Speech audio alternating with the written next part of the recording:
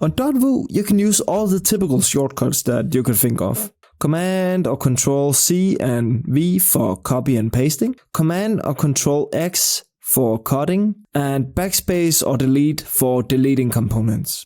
You can also save your project with Command or Control S and undo your actions with Command and Control C. You can move floated elements with the arrow key and move them in bigger increments if you hold down Shift or holding Alt, which will decrease the increment in which the component is moved. Speaking of Shift, if you have multiple stages within an app on the root of your page, you can navigate between them in the editor by using Shift and the arrow keys left and right. Other ways of navigating would include W to open the overview, S to open the store, or F to open your favorites.